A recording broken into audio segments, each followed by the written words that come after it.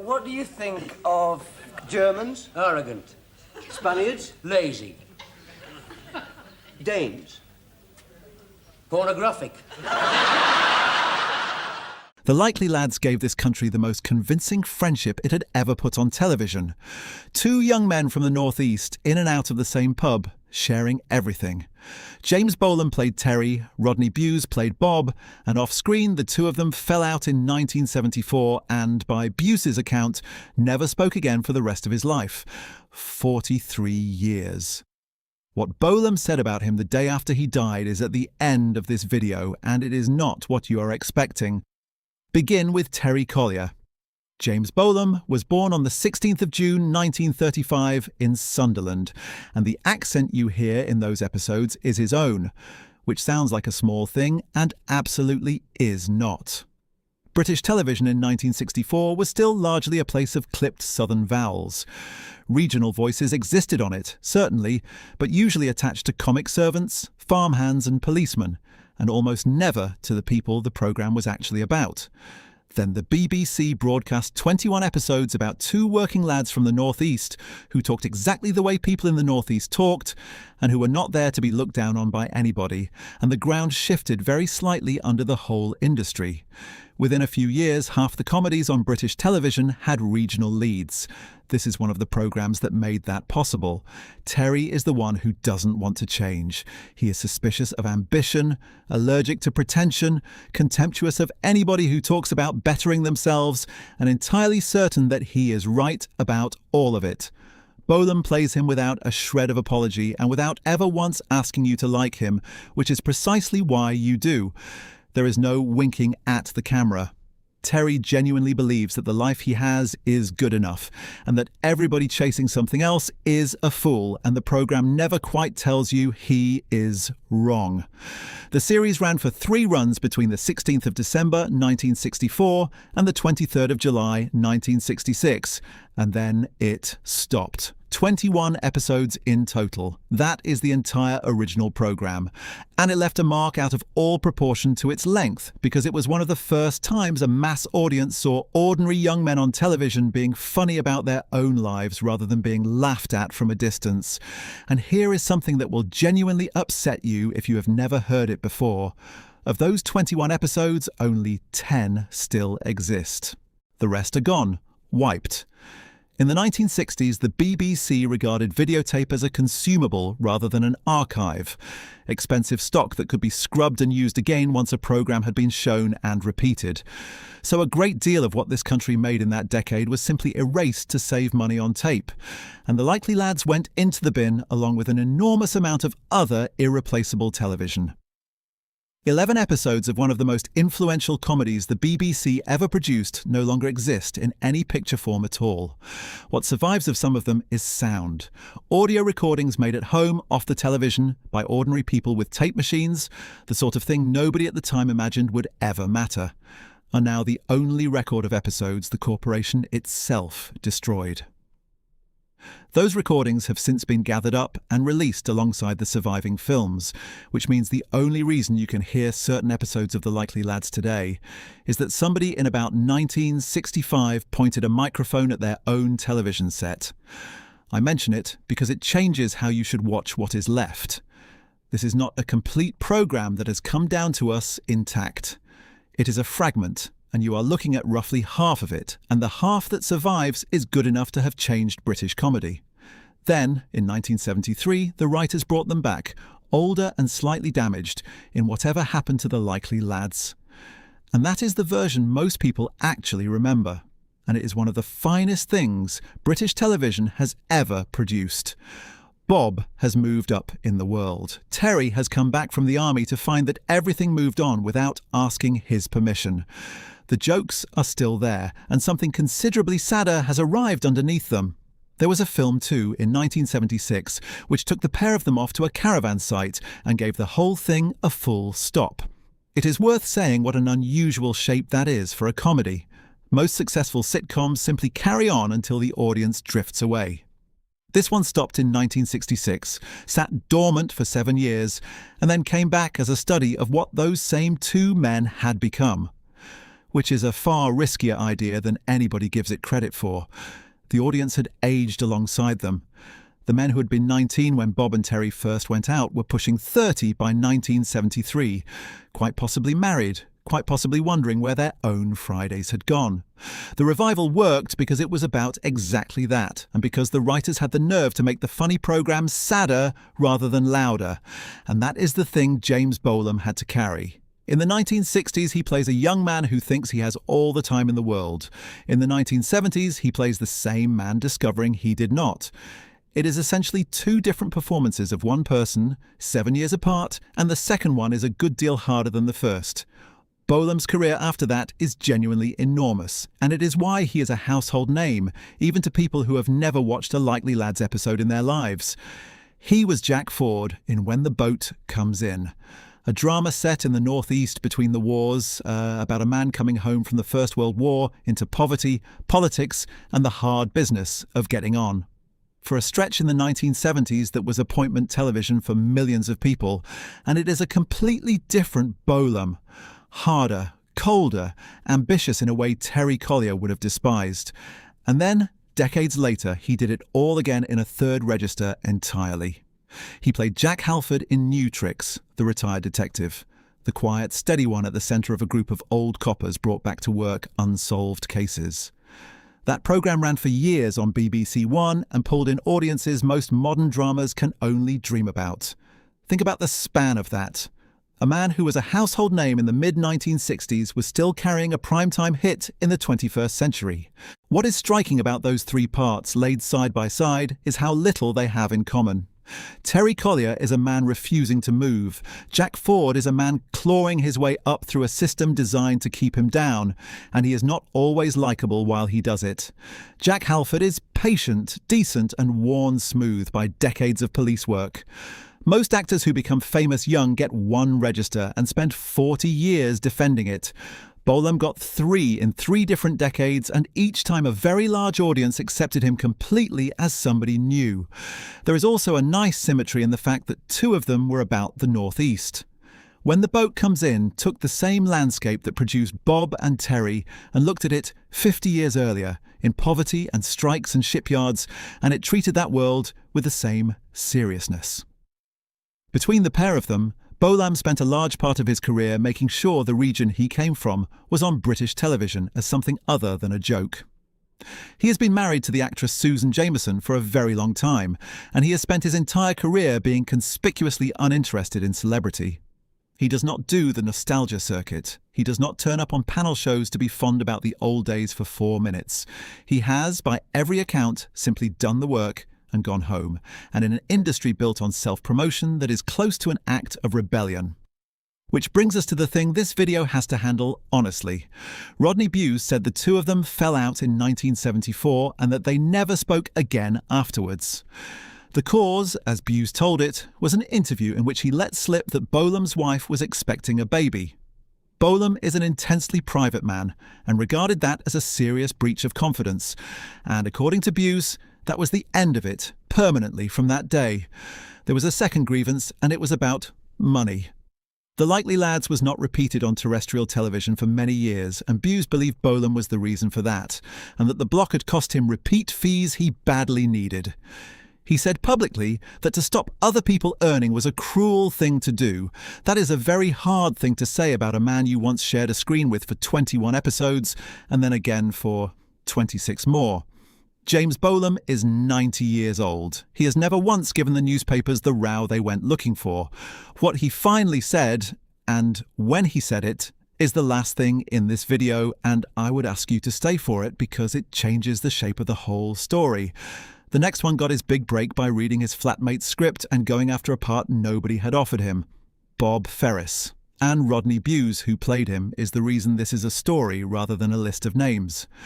He was born on the 27th of November 1937 at Beerley in Bradford in Yorkshire. Not the Northeast at all, which surprises people who have spent 60 years assuming those 2 came off the same street. He was a Yorkshireman playing a Geordie, and he did it well enough that nobody ever seriously questioned it. Here is how he got there, and it is a wonderful story. In the early 1960s, Bewes was sharing a flat with another young actor named Tom Courtenay.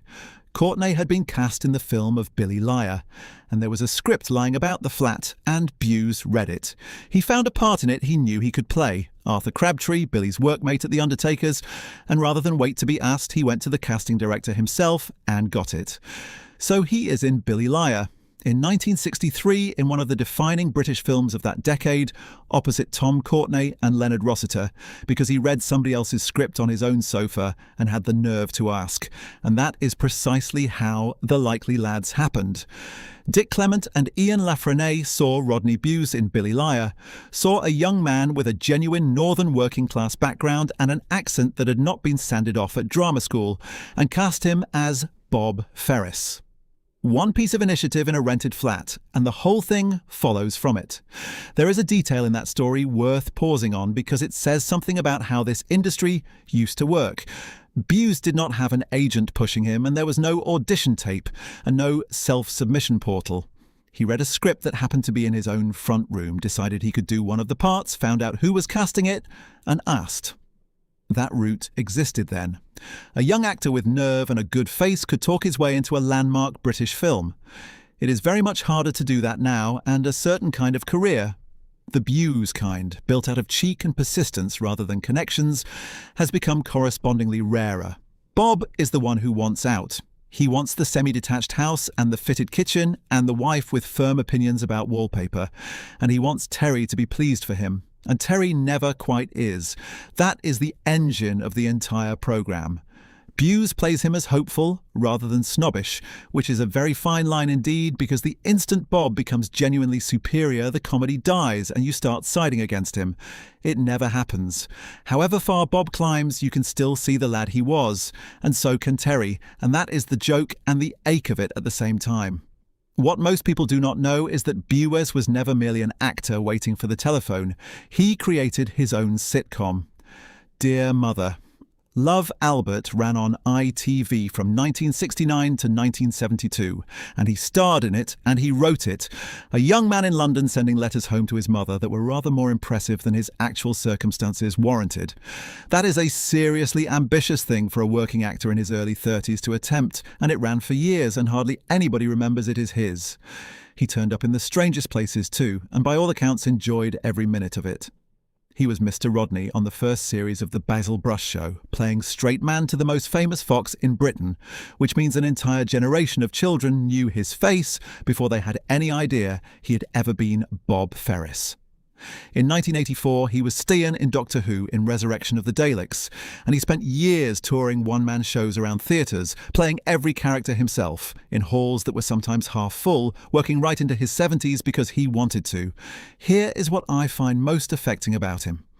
Rodney Bewes was completely at peace with being known for one thing. He said as much in almost exactly these terms, that he was only ever remembered for the one programme, and that at least he was remembered for something.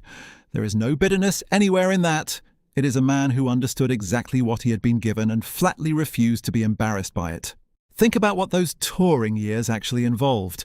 A man in his 60s and 70s who had been on the front of the Radio Times, driving himself to a theatre in a town he did not know, carrying his own props, performing every part in the show himself, and then doing it again the following night somewhere else. There is no glamour in that whatsoever. There is also no self-pity in it, which is the point. He wanted to work, so he went and found work, and he did not much care how big the room was. That tells you more about Rodney Bewes than any interview about the falling out ever did.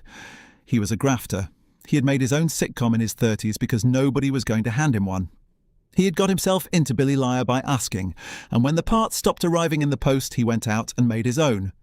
His wife Daphne died in 2015, and even that did not bring the two men back into contact.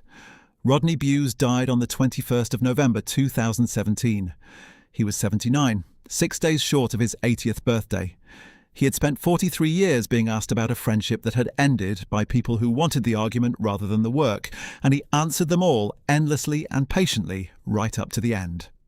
What he leaves behind is Bob, the most sympathetic portrait of ordinary ambition British comedy has ever produced.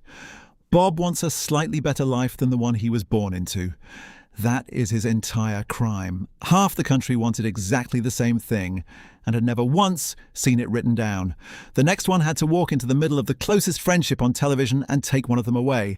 And she is the reason the second version is better than the first. Thelma.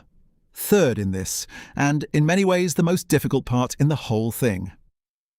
Brigit Forsyth was born on the 28th of July, 1940, and when the writers brought Bob and Terry back in 1973, they gave Bob a fiancée and then a wife, and in doing so they gave the programme its third point.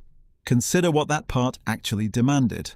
Thelma has to be the obstacle. She is the one who wants Bob respectable, who disapproves of Terry, who represents in person everything Terry is fighting against. In a lesser programme, she would have been a nagging cartoon, the audience would have hated her, and the whole thing would have curdled within a series. Forsyth does something far cleverer and much braver. Her Thelma is not wrong. She is a woman with entirely reasonable expectations of her own marriage, watching her husband being dragged backwards every weekend by a friend with no intention of ever growing up. When she loses her temper, you understand precisely why, and you are not certain whose side you are on. That is exactly why Whatever Happened to the Likely Lads is the better programme.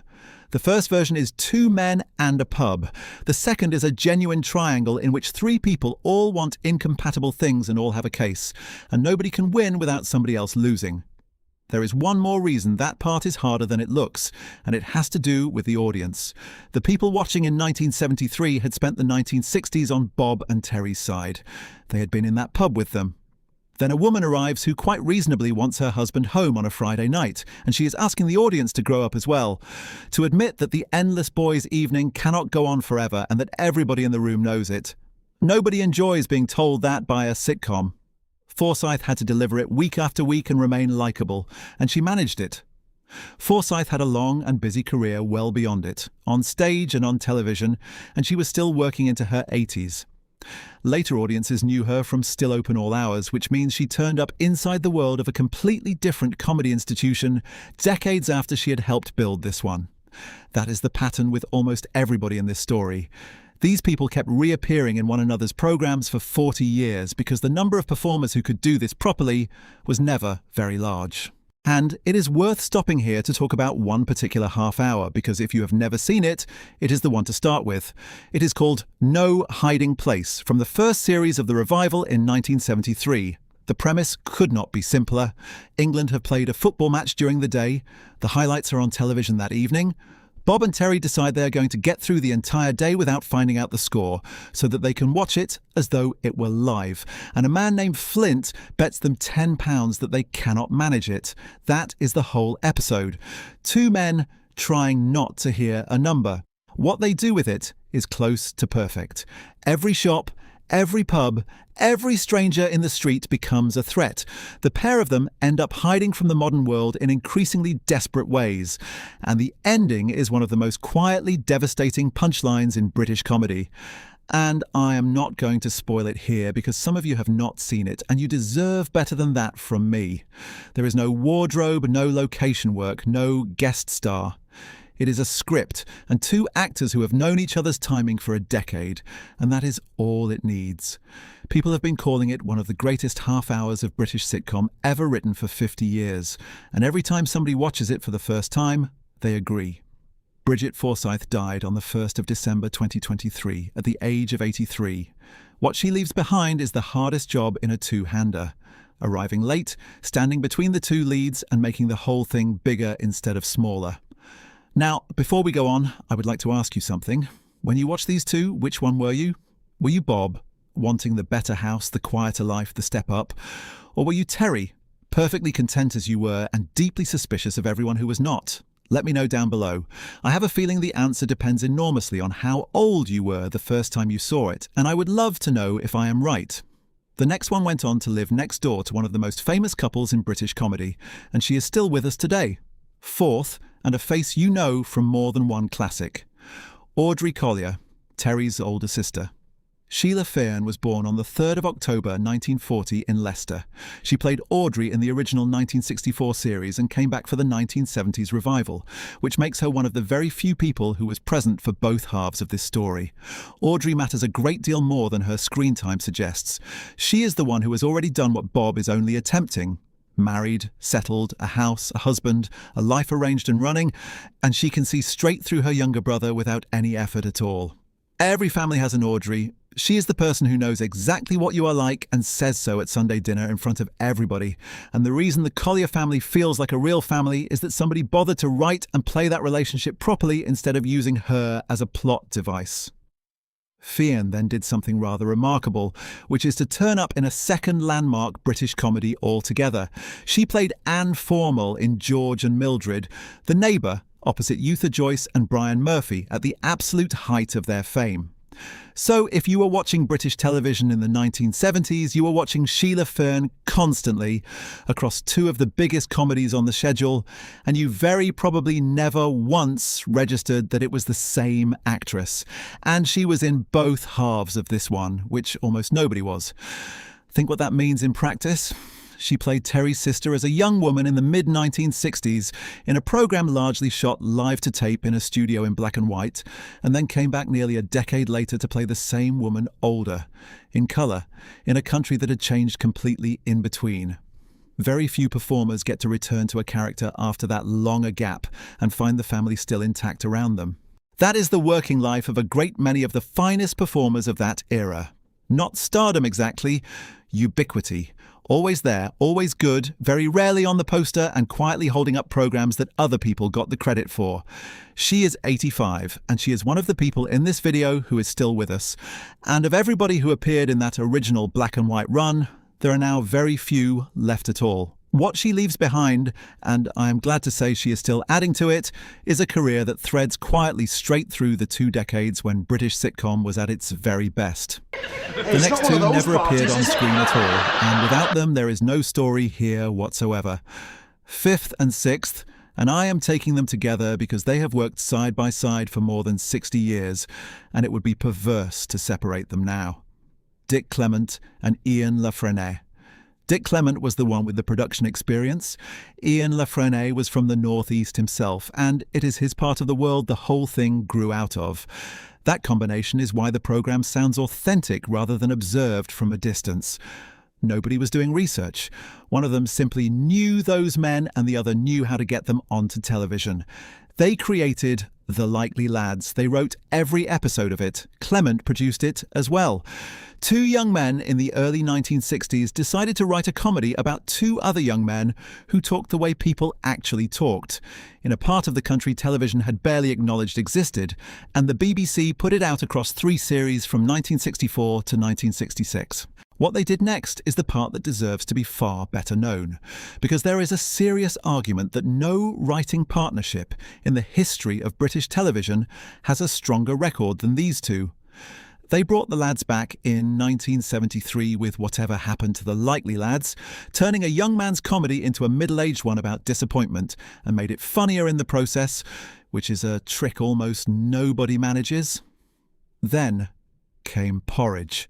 Ronnie Barker, A Prison Cell, and what a great many people will tell you flatly is the finest British sitcom ever written. Then Auf Wiedersehen Pet, about British builders going to Germany to find the work that had disappeared at home. A comedy that was really a drama about unemployment, and which is still spoken about with enormous affection by everybody who watched it. They created Lovejoy as well. Look at the shape of all that. 2 lads in a pub in the northeast, 2 men in a cell, 7 men in a hut in Düsseldorf. Every single time the same subject. Men stuck together in a confined space, talking their way through a life that has not gone according to plan, unable to say the one true thing to each other. They found their theme in 1964 and they have been turning it over ever since. And they went to the cinema too. In 1991, they wrote the screenplay for The Commitments with Roddy Doyle, directed by Alan Parker, a film about a young man in Dublin assembling a soul band out of people who cannot stand each other, which is, if you think about it, the identical idea with instruments. It won them the BAFTA for Best Adapted Screenplay in 1992. And notice what they refused to do, which is the really impressive part. Porridge could have run for a decade. Auf Wiedersehen Pet could have gone on producing series until the audience got tired of it. The Likely Lads itself could have been squeezed for another 5 years in 1966 and again in 1975. Every single time, they stopped while it was still good. 21 episodes, then 26, then a film, and out. That is not how most of this industry behaves, and it is a very large part of why all 3 of those programs are still watchable now instead of being remembered fondly for their first 2 series and quietly ignored after that. There is a second thing they did that almost nobody else in British comedy attempted. They wrote about work, or rather, about not having any. Bob and Terry are defined by their jobs and their lack of prospects. Fletcher is in prison. The men in Auf Wiedersehen, Pet have left the country because there is nothing left at home. In an era when most British sitcom was set safely in a living room, these 2 kept writing about money, class, and the absence of both, and they did it without ever once making it feel like a lecture. It is simply what the characters are worried about, in the same way real people are worried about it. They have carried on writing decade after decade, long past the point where nobody would have blamed them for stopping. And they are both still here, which is the happiest fact in this video. The 2 men who invented Bob and Terry have outlived one of them, and their own partnership, the real friendship at the centre of all these programs about friendship, has now lasted more than 60 years without breaking. Given what this particular story is about, that is a rather pointed thing. If you have got this far and you are enjoying it, do think about subscribing. There is one thing left, and it is the thing I promised you right at the start. So, the 2 men who played the closest friends on British television. For 43 years, Rodney Bewes told anybody who asked that they had not spoken since 1974. He told it patiently, and he told it often because he was asked constantly, and there is no version of that which can have been anything but wearing.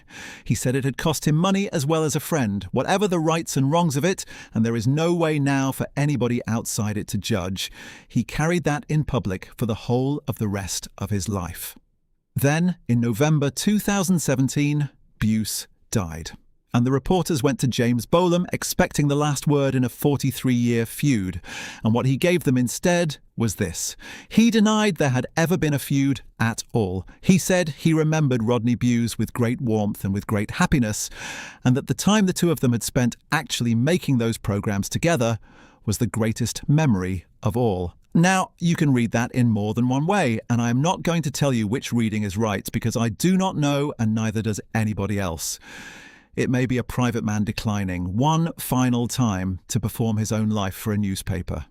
It may be genuine, unqualified affection that simply never found a route back across 43 years of silence. It may be both of those at once, which is usually how these things actually work between 2 people who were once very close indeed. What I do know is that it is not the cold, dismissive line the papers had gone there hoping to collect. The greatest memory of all, he said, not the argument, the work. And there is something almost unbearable about how well that fits because it is the plot of their own programme. 2 men who cannot say the thing they mean. Terry, who would sooner die than admit he is fond of Bob. Bob, who wants Terry's approval and will not ask for it. 21 episodes and then 26 more, built entirely on affection that neither man will put into words. Written by 2 friends who managed to stay side by side for 60 years and played by 2 who did not. James Bolam is 90 and still here. Sheila Fearn is 85 and still here. Dick Clement and Ian Frenais are both still with us and still writing. Rodney Bewes and Brigit Forsyth are not.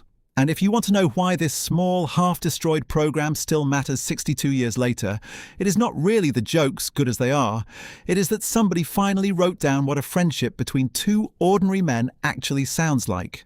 Not heroics, not big speeches. 2 people needling each other about football and wallpaper and whose round it is, and underneath all of it, a loyalty neither of them would survive admitting to. Every man who has ever had a friend like that recognised it instantly in 1964. And they still do. That is also, I think, why the silence afterwards lands so heavily. We are not upset about 2 actors falling out. Actors fall out constantly and nobody minds. We are upset because Bob and Terry would never have let it happen, and some part of us had stopped telling the difference. Go back and watch the last few minutes of an episode sometime. The two of them in the pub saying nothing much in particular, the credits about to roll. That was always the point of it, not the jokes. Two people who had nothing in common except everything, who had long since run out of things to say and stayed anyway. It was the best thing on television in 1964, and 62 years later it is still the truest.